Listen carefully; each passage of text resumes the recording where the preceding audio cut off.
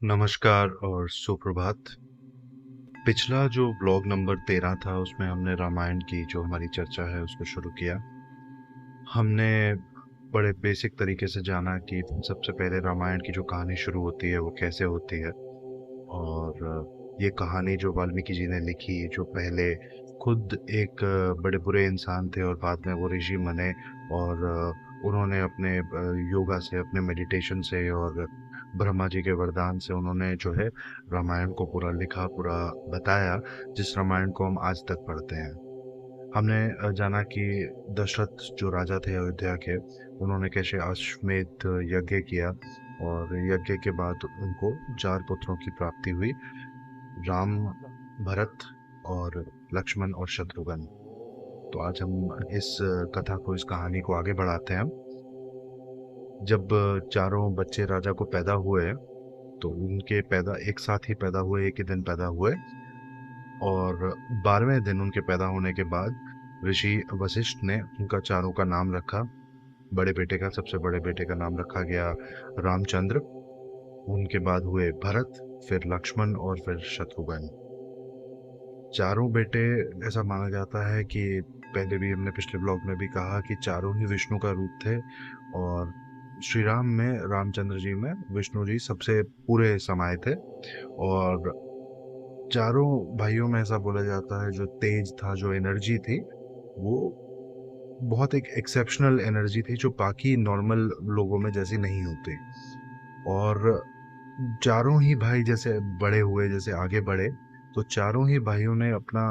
दिखाया अपने माता पिता को, अपने जो देश था उनका अयोध्या और लोगों को, कि बड़े ही एक्सेप्शनल, बड़े ही मतलब पॉजिटिव चारों बेटे थे। तो जैसे जैसे बड़े होते गए, सबसे पहले तो इनको वेद सिखाए गए कि इनको चलना कैसे है, जिंदगी कैसे जीनी है, क्या क्या इनके हवन हैं और यज्ञ हैं जो इनको करने हैं। और चारों ने ही बड़े अच्छे से ये सब किया। और बोला जाता है कि चारों में भी श्री राम और आगे जाके और अच्छे से वेदों को समझ पाए। और जब बच्चे जवान होते हैं, जब बच्चे छोटे होते हैं, तो ये सब एजुकेशन जितनी जल्दी उनको दी जाती है उतना ही अच्छा रहता है, उतना ही पॉजिटिव रहता है, क्योंकि वो उसको जल्दी से समझते हैं, जल्दी से इम्बाइब करते हैं। तो ऐसा भी माना जाता है, ऐसा भी कहा जाता है कि ये जो पढ़ाई है, जो हम करते हैं, जो हम, चाहे साइंस की पढ़ाई है या वेदों की पढ़ाई है या रिलीजन की पढ़ाई है, ये हम जब जल्दी शुरू करते हैं तो बड़ी जल्दी ये हमारे अंदर इम्बाइब होती है और बड़ी जल्दी हम इसको अब्जॉर्ब कर पाते हैं। तो इन चारों बच्चों ने भी बड़ी जो है यंग उम्र में उसको, पढ़ाई को बड़ा अच्छे से अब्जॉर्ब किया, अपने ऋषियों से, मुनियों से, अपने माता पिता से, अपने जो आसपास जो लोग थे सबसे सीखा। और चारों ही बड़े आगे निकले। उस समय की जो रीति रिवाज थे उसके हिसाब से उन्होंने अपने हवन यज्ञ किए। उन्होंने घोड़ा चलाना, हाथी चलाना, रथ चलाना सीखा। उन्होंने तीर कमान और तलवार चलाना ये सब सीखा। और जैसे ही वो, मतलब जब तक वो 15 साल के हुए तब तक वो ऑलरेडी बहुत सक्षम हो चुके थे चारों बच्चे। तो जब ये बच्चे चारों 15 साल के होते हैं तो एक बार जो है, ऋषि विश्वामित्र अयोध्या आते हैं। और अयोध्या आते हैं तो वो भगवान को बोलते हैं कि जाओ राजा को बताओ कि विश्वामित्र जो है, मैं जो हूँ यहाँ पे आया हूँ। तो राजा बड़े प्रसन्न होते हैं जान के कि विश्वामित्र जी आए हैं, इतने बड़े ऋषि हमारे देश आए हैं। तो वो अपने महल से बाहर निकल के वशिष्ठ जी के साथ जाते हैं उनको रिसीव करने के लिए कि आइए ऋषिवर, आप जो है हमारे महल में हमारे पास आइए। और उनका बड़ा आदर और बड़ा सत्कार किया जाता है। तो शाम में जब सब लोग बैठते हैं तो ऋषि वशिष्ठ और राजा और विश्वामित्र जी सब लोग बैठते हैं और चर्चा होती है। तो ऋषि विश्वामित्र बताते हैं कि मेरे आने का जो कारण है वो ये है कि रावण ने दो जो है राक्षस जो है मेरे, जहाँ मैं हवन करता हूँ, जहाँ पे मेरे जिस जंगल में, जिस वन में मेरा यज्ञ होता है, मेरा हवन होता है, मेरी मेडिटेशन होती है, उसमें उन्होंने दो जो हैं राक्षस जो हैं, मरीच और सुबाहु, हमारे ऊपर छोड़े हुए हैं। ये हमारे हवन को, हमारे यज्ञ को खराब करते हैं, हमारी मेडिटेशन को खराब करते हैं। और इसकी वजह से हम जो ऋषि मुनि, जो मैं हूँ और मेरे साथ जो रहते हैं, जो लोग हम पढ़ते हैं अलग वेदों को, और जो हम रिसर्च करते हैं, जो साइंस करते हैं, और जो मेडिटेशन करते हैं भगवान की, इसमें सब चीज़ों को वो डिस्टर्ब करते हैं। और हम क्योंकि अपने हवन में, अपने यज्ञ में और अपने जो रिसर्च है, मेडिटेशन है, उसमें लगे रहते हैं, तो हम इनको रोक नहीं पाते। और ये बड़ी एक समस्या बन गई है, क्योंकि जैसे-जैसे मतलब सिस्टमिक तरीके से साइंस को, हवन को और अच्छी चीज़ों को मारा जा रहा है, धीरे-धीरे कोशिश की जा रही है कि सारी जो अच्छी चीज़ें हैं, उसको हमारे देश से हटाया जाए। तो ये बड़ा एक, मुझे लगता है, आगे बढ़ने से पहले यहाँ पे एक बड़ा इम्पोर्टेंट बात है जो विश्वामित्र जी राजा को, ऋषि वशिष्ठ को समझा रहे हैं कि सिर्फ ऐसा नहीं है कि देश अच्छा चले, लोग खुश रहें, उसी से ही हम आगे बढ़ते हैं। हमें ये भी इंश्योर करना है कि जो हमारी पॉजिटिव जो डायरेक्शन है, जो हमारा पॉजिटिव मोमेंटम है, कि हम आगे जो बढ़ रहे हैं, जो हम रिसर्च कर रहे हैं, साइंस कर रहे हैं, जो हम अच्छी चीज़ें मेडिटेशन कर रहे हैं, योगा कर रहे हैं, हवन कर रहे हैं, ये होती रहें। जब कोई ऐसी चीज़ आती है संसार में जो इसको खराब करने की कोशिश करती है, तो वो पॉजिटिव जो बैलेंस है दुनिया का, वो खराब होता है। तो सिर्फ विश्वामित्र जी ये नहीं बता रहे हैं कि ये जो राक्षस है मेरे हवन को डिस्टर्ब कर रहे हैं। बोले ये बड़े सिस्टमिक तरीके से हमारा जो साइंस है, हमारे जो वेद हैं, इसको खत्म करना चाह रहे हैं। तो ये हमने रामायण के बाद बहुत सारे जो ग्रंथ हुए, बहुत सारी जो लड़ाइयाँ हुई, युद्ध हुए, और आज तक इवन हम देखते हैं कि किसी भी देश को नष्ट करने के लिए सबसे बड़ा, सबसे ईज़ीएस्ट जो टूल माना जाता है, वो है कि उसकी एजुकेशन को ख़त्म कर दीजिए। कि लोग जो हैं पढ़े नहीं, लोग जो हैं सीखे नहीं, लोग आगे बढ़े नहीं। तो जब वो एजुकेशन, रिसर्च और मेडिटेशन और जो एक पॉजिटिव उस देश की वैल्यू है, जब तक वो चलती रहती है, तब तक उसको नष्ट नहीं किया जा सकता। लेकिन जब उसकी एजुकेशन को मार दिया गया कि लोग पढ़े ही नहीं, तो सबसे पहले उसे मार दिया जाता है। रिसर्च को मार दिया गया कि देश आगे बढ़े ही नहीं, तो सबसे पहले उसे मार दिया जाता है। तो हज़ारों साल पहले की गई ये बात आज भी उतनी ही वैल्यूएबल है, उतनी ही मान्य है कि सबसे इम्पोर्टेंट है कि हम बढ़ते रहें आगे और रुके नहीं। ये जो मोमेंटम है हमारा, ये बना रहे। ये मोमेंटम को अगर कोई तोड़ने की कोशिश करता है, तो ये हमारा धर्म भी है कि उसको रोकें, कि ये मोमेंटम जो है हमारा पढ़ने का, लिखने का, रिसर्च करने का, ये आगे बना रहे। तो आगे बढ़ते हैं तो विश्वामित्र जी बताते हैं कि ऐसी-ऐसी ये समस्या है, और धीरे-धीरे जो हैं ऋषि मुनि जो हैं, जिनको ये राक्षस जो है मारते जा रहे हैं, खाते जा रहे हैं, और ये जो हमारी हवन को, हमारी रिसर्च को, हमारे योगा को जो डिस्टर्ब कर रहे हैं, ये आगे जाके हमारे देश को बड़ा खोखला कर देंगे। तो इनको बड़ी ज़रूरत है कि हम जो है इनसे हमें जो है जो है रिमूव किया जाए इनको, और हमें इनसे इनको नष्ट कर दिया जाए, ताकि हम जो है अपनी जो है रिसर्च है वो कंटिन्यू कर सकें। तो उसके लिए वो बताते हैं विश्वामित्र जी कि राजा, ऐसा है कि आपके जो बड़े बेटे हैं श्री रामचंद्र, तो उनको आप मुझे दीजिए। तो सबसे पहली बात तो मैं उनको ज्ञान दूंगा, उनको समझाऊंगा जो साइंस है वेपन्स की, और जो शस्त्रों का जो ज्ञान है मैं उनको दूंगा। और उसके बाद श्री राम जो है इनको जो है राक्षसों को मारेंगे, और हमारा जो हवन है, रिसर्च है, जो यज्ञ है, सबको बचाएंगे, प्रोटेक्ट करेंगे। तो उसमें जो है दशरथ जो राजा हैं, वो ऑब्वियसली जैसे ही कोई माँ बाप होते हैं कि हमारा बच्चा जो है जवान है, बड़ा अभी तो पैदा ही हुआ है, 15 साल की तो उसकी उम्र ही हुई है, और आप कह रहे हैं वो जाए इतने बड़े राक्षसों से लड़ाई करे, तो एकदम घबरा जाते हैं, एकदम डर जाते हैं, और बोलते हैं कि ऋषिवर की आपने तो मतलब मेरे पास इतनी बड़ी सेना है, मैं खुद चलता हूँ, आपकी हेल्प करता हूँ, हमारे इतने बड़े बड़े योद्धा हैं जो जाएंगे, उनको, असुरों को, जो राक्षस हैं उनको विनाश करेंगे, और आप ये छोटे जवान बच्चों को क्यों मांग रहे हैं? मतलब वो बड़े परेशान हो जाते हैं इसमें। तो ये देखते हुए विश्वामित्र जी एकदम क्रोधित हो जाते हैं कि आपने तो मुझे अभी वचन दिया था कि जो है आप जो मैं मेरी सेवा करेंगे, और जो मैं कहूँगा करेंगे, और जो सही काम है आप उसका पालन करेंगे, और अब आपको मैं बता रहा हूँ कि जो ये राक्षस हैं, जो असुर हैं, ये जो हमारे हवन को खराब कर रहे हैं, और आप जो है अपने बेटे को भेजिए, और आप मना कर रहे हैं कि नहीं भेजेंगे। और वो बड़ा एकदम गुस्सा हो जाते हैं। तो जो ऋषि वशिष्ठ हैं, जो जिन्होंने नाम रखा था चारों बच्चों का, वहीं बैठे हैं, और वो फिर राजा को समझाते हैं कि देखिए राजा, ऐसा है कि हमें जो आपने जो वचन दिया है ऋषि को कि आप जो है उनको उनकी जो बात है मानेंगे, और आपने जो कहा है कि आप करेंगे, ये आपका करना बनता है। और आप जो हैं घबराइए नहीं कि विश्वामित्र जी पहले राजा थे और बड़े एक उनके जैसा बलशाली जो है कोई दुनिया में था नहीं, आज वो मुनि हो गए हैं और वो हजारों जो हैं शस्त्र जो हैं वेपन्स जो हैं उनका ज्ञान रखते हैं और इनसे श्री राम को भी बहुत कुछ सीखने को मिलेगा और इनकी जो प्रोटेक्शन है, इनका जो आशीर्वाद है उसके अंदर उनको राम को कुछ नहीं हो पाएगा। तो बड़ा उनके समझाने के बाद जो है दशरथ राजा मानते हैं और कहते हैं कि ठीक है ऋषिवर, मैं आपको अपना बेटा सौंपता हूँ, लेकिन राम का बड़ा प्यार है मेरा जो बेटा है लक्ष्मण उसके साथ, और लक्ष्मण का भी बड़ा प्यार है राम के साथ, तो मैं आपसे रिक्वेस्ट करता हूँ कि इनको आप अलग मत कीजिए, आप दोनों को ले जाइए। तो विश्वामित्र जी मानते हैं और दोनों को लेके जाते हैं। लेकिन यहाँ पे एक पॉइंट है, एक थीम है जो समझने की है कि रामायण में एक बड़ी रिकरिंग जो बार बार जो एक चीज आती है, जो बड़ी थीम है कि जान जाए पर वचन ना जाए। कि हम जो चीज़ कहते हैं, हम जो चीज़ कह रहे हैं कि हम करेंगे, वो हमारा धर्म बन जाता है कि हमें करना है। लेकिन मेरा जो पर्सनल मानना है ये टू फोल्ड है कि इसको सिर्फ ये नहीं है कि हमने कुछ कह दिया तो हमें वो करना ही है, चाहे वो चीज़ सही है या गलत है। हम जो कह रहे हैं हमें वो भी सोच के कहना है कि हम बिना सोचे समझे कोई ऐसी बात ना कहें, ऐसी बात ना बोलें जिसको हम कर ना पाएँ या जिसको करना गलत हो। तो रामायण की जो ये कांस्टेंट थीम है कि आप जब कुछ कह रहे हैं, कुछ वचन दे रहे हैं, तो आपको ये मानना है, और ये बार-बार जैसे कहानी आगे बढ़ेगी, जैसे हम और चर्चा करेंगे, तो बार-बार ये चीज़ रिपीट होगी कि जो बात आपने कही गई वो आपको पूरी करनी है, ये आपका धर्म है और ये सही चीज़ है कि जो आप कह रहे हैं आपको करना चाहिए। आपको अपनी तरफ से जो कहते हैं विलफुली जो है झूठ नहीं बोलना चाहिए, बुरे काम जो है नहीं करने चाहिए। तो इसके लिए दोनों ही चीज़ ज़रूरी है कि पहले तो हम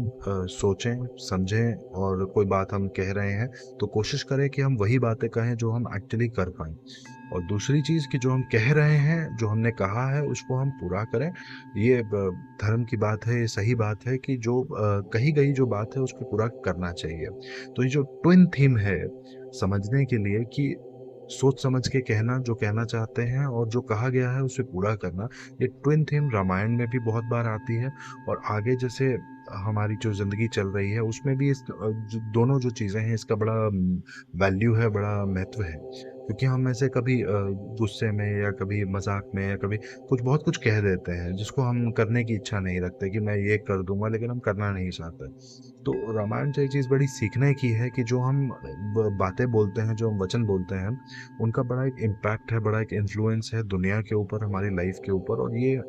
हमको इस तरीके से बोलना है, इस तरीके से करना है ताकि जो हमारी बातें हैं वो भी पॉजिटिव हों, क्योंकि जितना हम पॉजिटिव बातें करेंगे उतना ही संसार में हम पॉजिटिविटी ऐड करेंगे, उतना ही संसार बेटर बनेगा। अगर हम बातें ही गलत करेंगे, झूठ बोलेंगे और जो कह रहे हैं उसको करेंगे नहीं, और सभी लोग ऐसा करेंगे, तो फिर एक साथ जीना, देश को चलाना और अपने संसार को पॉजिटिव बढ़ाना, आगे बढ़ाना बड़ा ही मुश्किल बल्कि नामुमकिन सा हो जाएगा। तो आगे बढ़ते हैं। तो राजा दशरथ जो है अपने दोनों बेटों को ऋषि विश्वामित्र के साथ भेजते हैं और विश्वामित्र दोनों को लेके अयोध्या से चल पड़ते हैं कि जो है हम आगे जाएंगे और पढ़ेंगे और इस जो राक्षस हैं इनसे जो है हमारे हवन को, यज्ञ को, रिसर्च को, साइंस को, सबको बचाएंगे। तो जैसे ये लोग निकलते हैं तो सबसे पहले जो है ये लोग अयोध्या से आगे जाते हैं, कुछ मील आगे जैसे जाते हैं तो ये एक नदी के पास पहुंचते हैं। इसमें जो है इसका भी बड़ा विवरण है कि अयोध्या से जैसे निकलते हैं तो सॉरी, तो नदी जो है सरयू नदी है, लगभग कहा जाता है 9-10 मील है अयोध्या से, आज भी ये नदी बहती है, बड़ी इसको पवित्र नदी माना जाता है। तो नदी के पास ये लोग पहुंचते हैं और ऋषि विश्वामित्र जो है श्री राम को कहते हैं, लक्ष्मण को, कि आप जो है नदी से अपने आप को जो है स्वच्छ कीजिए, इसमें नहाइए पानी में, और इससे आपको बड़ा आशीर्वाद मिलेगा। और ये नदी पूरा नदी में नहाने के बाद मैं जो है आपको सिखाऊंगा बाला और अतिबाला जो है इनके बारे में। ये दो जो हैं हमारी औषधियाँ हैं या मंत्र हैं, ये अलग अलग जो रामायण वर्जन अलग अलग पढ़ते हैं तो उसमें अलग अलग इसको बताया गया है। कई जगह बताया गया है कि बाला और अतिबाला औषधियाँ हैं जिसके माध्यम से आप जो हैं बीमार नहीं पड़ेंगे, आप जो है आपको तकलीफ नहीं होगी, आप जो है हेल्दी रहेंगे, अच्छा लंबा जिएंगे। और कई जगह बताया गया है कि बाला और अतिबाला जो है मंत्र हैं, इन मंत्रों का उच्चारण आप करेंगे, इन मंत्रों से आप मेडिटेट करेंगे, योगा करेंगे तो आपकी ज़िंदगी जो है पॉजिटिव ग्रो करेगी। तो सारे ही वर्जन जैसे हम कहते हैं ये सारे ही सही हैं। तो ऐसा ऋषि विश्राम बताते हैं कि आप जो है पहले नहा लीजिए, फ्रेश हो जाइए, फिर ये मंत्रों का जो है ये जो औषधियाँ हैं इनके बारे में, बाला और अतिबाला के बारे में आपको बताएंगे। तो जैसे ही ये लोग नहाते हैं और फिर ऋषि इनको सिखाना शुरू करते हैं, फिर वो रात होती है तो सोते हैं। तो इसमें बताते हैं कि श्री राम जो है ऋषि विश्वामित्र को प्रणाम करते हैं और बोलते हैं कि हे ऋषि, मुझे आप ये जो साइंस है, ये जो आर्ट है, ये जो ज्ञान है, ये आप मुझे दीजिए ताकि मैं जो है ये सब चीज़ें सीख सकूं। क्योंकि ये सब चीज़ें ऐसी हैं जो ऋषियों ने, मुनियों ने बड़ी रिसर्च करके निकाली हैं, तो आप अगर मुझे सिखाएंगे तो मेरा भी बड़ा उत्थान होगा। तो बड़ा इसको मानते हैं कि पॉजिटिव तरीके से सुरायु नदी के किनारे जो पहला ज्ञान विश्वामित्र जी ने श्री राम को दिया, तो वो जो जगह है, वो जो प्लेस है, बड़ी बेस्ट है और वहाँ पे मंदिर भी है जिसे लोग जाते हैं, आज भी जाते हैं, पूजा करते हैं। तो वो हजारों सालों से चला आया मंदिर है सुरायु नदी के किनारे। और अगला जैसे दिन चढ़ता है तो ऋषि बताते हैं कि आप जो है पहले नहाइए और सूरज को जल दीजिए और गायत्री मंत्र का जाप कीजिए, फिर हम आगे की पढ़ाई शुरू करेंगे। तो वो जो एक प्रोसेस है, एक बड़ा रिचुअल लाइफ का, वो रामायण में बड़े अच्छे से बयां किया हुआ है, बड़े अच्छे से समझाया हुआ है कि ये जो चीज़ें हैं जो जैसे गायत्री मंत्र का जाप है या वेदों की जो पढ़ाई है, ये रेगुलरली हमें लाइफ में करनी है ताकि हम जिंदगी में बड़े पॉजिटिव तरीके से बड़ा अच्छा आगे बढ़ पाए। तो ये यहाँ पे फिर जो विश्वामित्र ऋषि हैं वो उनको कई सारी कहानियाँ भी बताते हैं उस जगह के बारे में। जैसे कि वहाँ पे एक वो लोग देखते हैं कि एक छोटा सा कुटिया टाइप की है सुराई नदी के किनारे, जहाँ पे बड़ा अच्छा सा सब सेटअप किया हुआ है, बड़े सारे लोग हैं जो पूजा कर रहे हैं। तो विश्वामित्र जी बताते हैं कि यहाँ पे ये जो कामदेव हैं उ- उनके ये स्थापित किया गया है। तो ऐसा है कि बोले उन पे भी जो है कामदेव जो है एक बड़ी पूजा किया करते थे शिव भगवान की। और एक बार जब शिव भगवान की नई नई शादी हुई तो वो यहाँ से गुजर रहे थे, तो कामदेव ने उनको जो है उनके जो मन है उसको थोड़ा टटोलने की कोशिश की, बिखरने की कोशिश की, और शिव जी जो है उस पर नाराज हो गए। तो उन्होंने अपनी तीसरी आंख खोली और कामदेव के शरीर को जो है बिल्कुल नष्ट कर दिया। तो ऐसा बोला जाता है कि उसके बाद कामदेव जो है अनांगा हो गए, यानी बिना शरीर के, बिना अंग के हो गए। और जिस देश में वो जाकर रुके उसको अंग देश बोला जाता है। कि वहां पे जाके उन्होंने अपना जो है ये हर्मिटेज जो बोलते हैं, जो हमारा ये जो कुटिया है जहाँ पे लोग पूजा करते हैं, शिव जी की भक्ति करते हैं, इसको उन्होंने स्थापित किया। तो यहाँ पे जो लोग रहते हैं वो आते हैं विश्वामित्र जी को, श्री राम को, लक्ष्मण को, ये लोग पानी पिलाते हैं, खाना खिलाते हैं, उनसे बातचीत करते हैं और रात ये लोग वहीं पे बिताते हैं। तो सुबह होती है तो ये लोग नदी पार करने के लिए फिर जाते हैं, तो नदी अपना पार करते हैं। और नदी जैसे पार करने लगते हैं तो इनको एक बड़ी गर्जाहट सुनाई देती है, बड़ी एक लाउड जैसे थंडर होता है वो सुनाई देता है। तो श्री राम पूछते हैं कि विश्वामित्र जी, ये आवाज़ इतनी तेज जो है कहाँ से आ रही है और ये आती ही जा रही है, रुक नहीं रही है। तो बताते हैं कि ये जो नदी है, सरायू नदी है, ये आती है मानसरोवर जो लेक है वहाँ से। और कैलाश पर्वत के नीचे जो मानसरोवर लेक है वो, उसका नाम जो है मानसरोवर, वो बना ही ऐसे है कि ब्रह्मा जी ने अपने मन की शक्ति से उस जो है लेक को जो है बनाया है। और वो जो नदी है अयोध्या से पावन होके जाती है, सरायू नदी। और जब वो जाके गंगा से मिलती है, तो दोनों नदियां जहाँ मिलती हैं तो बड़ा वो एक इम्पोर्टेंट पॉइंट है जहाँ पे बड़ी सारी जो है नॉइज होता है, बड़ा थंडर होता है, बड़ा आवाज़ आती है बड़ी ज़ोर से कि ये जो है दो नदियां जो हैं, दो बड़ी नदियां जो हैं मिल रही हैं। तो आप इनको जो है प्रणाम कीजिए और इनसे आशीर्वाद लीजिए कि दोनों नदियां जो हैं अच्छे से यहाँ पे बहती रहें आने वाले हजारों सालों के लिए। और लोगों को जो है पानी और जो उनके आसपास का एग्रीकल्चर है, जो उनके आसपास का जो खेती बाड़ी वो लोग करते हैं, वो अच्छे से चले। तो ऐसा कहा जाता है कि उस पॉइंट पे श्री राम जी ने दोनों नदियों को प्रणाम किया, बड़ा आशीर्वाद लिया। और वहाँ जाके कोई भी प्रणाम करता है तो उसको बड़ा आशीर्वाद मिलता है कि उसकी ज़िंदगी में पानी जो है हमेशा बहता रहे, उसको जो है सूखे से कभी परेशानी ना हो। तो आगे चलते हैं तो हमारी कहानी में जैसे ये लोग आगे जाते हैं तो ये बताते हैं कि ये एक जो है एक वन तक पहुंचते हैं, एक जो बड़ा फॉरेस्ट होता है और बड़ा ही मतलब डार्क और नेगेटिव ऊर्जा वाला फॉरेस्ट होता है, जिसको देखते ही मतलब श्री राम जो है ऐसे विश्वामित्र जी से पूछते हैं कि हम जिन जगहों से अब तक गुजरे हैं अयोध्या से जब तक हम चले थे, तो बड़ी ही अच्छी पॉजिटिव जगहें थी, सब जगह पानी था, हरियाली था और सब जगह पंछी चहचहा रहे थे और बड़े अच्छे लोग रह रहे थे, बड़े पॉजिटिव लोग हमें मिले। लेकिन यहाँ जैसे हम जंगल में पहुंचे हैं तो बड़ा एकदम डार्क और बड़ा नेगेटिव सा जंगल, एकदम देखने से ही लग रहा है कि ये बड़ा खराब जंगल है। तो विश्वामित्र जी बताते हैं कि यहाँ पे एक यक्षिणी है जो तारका नाम की, जो यहाँ पे पैदा हुई है और उसने जो है पिछले कई सालों से जो है ऋषियों को मुनियों को यहाँ पे डिस्टर्ब किया हुआ है। तो बोले जो मैं तुम्हारे घर पे आके अयोध्या में आके जो मैं दशरथ राजा को बता रहा था कि जब जो है नेगेटिव इन्फ्लुएंस से जो बुरी चीज़ें हैं जो आती हैं, जो हमारे एजुकेशन को, हमारे रिसर्च को, हमारे यज्ञ को, हवन को जो खराब करती हैं, उसके बाद जो रिजल्ट होता है वो रिजल्ट आज तुम देख रहे हो अपने सामने, जो तुम कह रहे हो बड़ा नेगेटिव और डार्क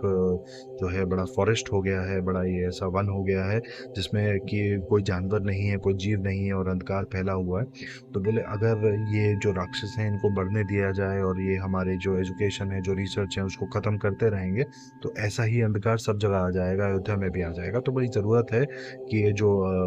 राक्षसी है, ये जो यक्षिणी है तारका जो है, इसका जो है तुम नाश करो, जो विनाश करो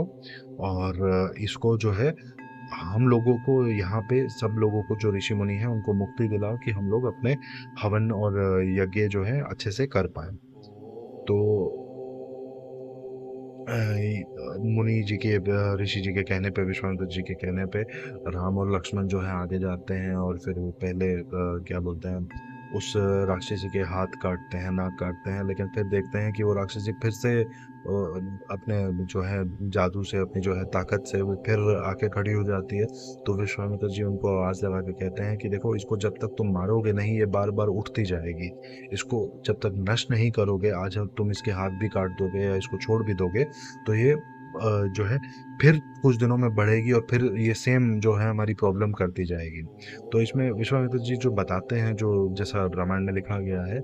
कि हमारी कोई ऐसी चीज़ है, कोई ऐसी नेगेटिव इन्फ्लुएंस है जो हमारे एजुकेशन को, रिसर्च को, हमारी जो पॉजिटिविटी है उसको ख़त्म कर रही है, तो उसको हमें जड़ से ख़त्म करने की ज़रूरत है। सिर्फ थोड़ा सा उसको, जैसे उसके हाथ काट के उसको छोड़ देने से वो दोबारा फिर बढ़ेगी और दोबारा फिर आके हमें तकलीफ देगी और हमें जो है हमारी जो पॉजिटिविटी है उसको ख़राब करेगी, तो उसे जड़ से जो है नष्ट करने की ज़रूरत है।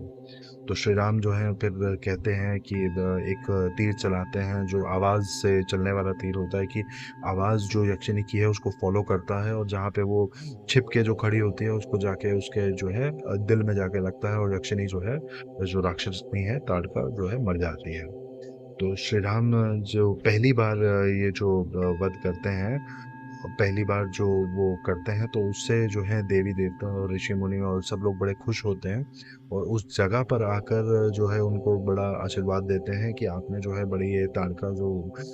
यक्षिणी है इससे हमें जो है बचाया है और ये जो है आपको आगे जाके हम और चीज़ें सिखाएंगे, जो और अस्त्र हैं, शस्त्र हैं, जो और साइंस है उसके बारे में और बताएंगे, ताकि और जो राक्षस हैं उससे आप जो है हमें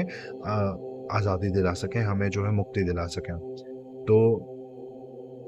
यहाँ पे आज का जो ये व्लॉग है मैं समाप्त करता हूँ। आगे आने वाले व्लॉग में हम और रामायण की चर्चा करेंगे कि श्री राम ने जब ताड़का का वध किया उसके बाद जो है वहाँ पे वो रात बिताते हैं और आगे जाके विश्वामित्र जी के पास वो जाते हैं, तो आगे क्या होता है फिर।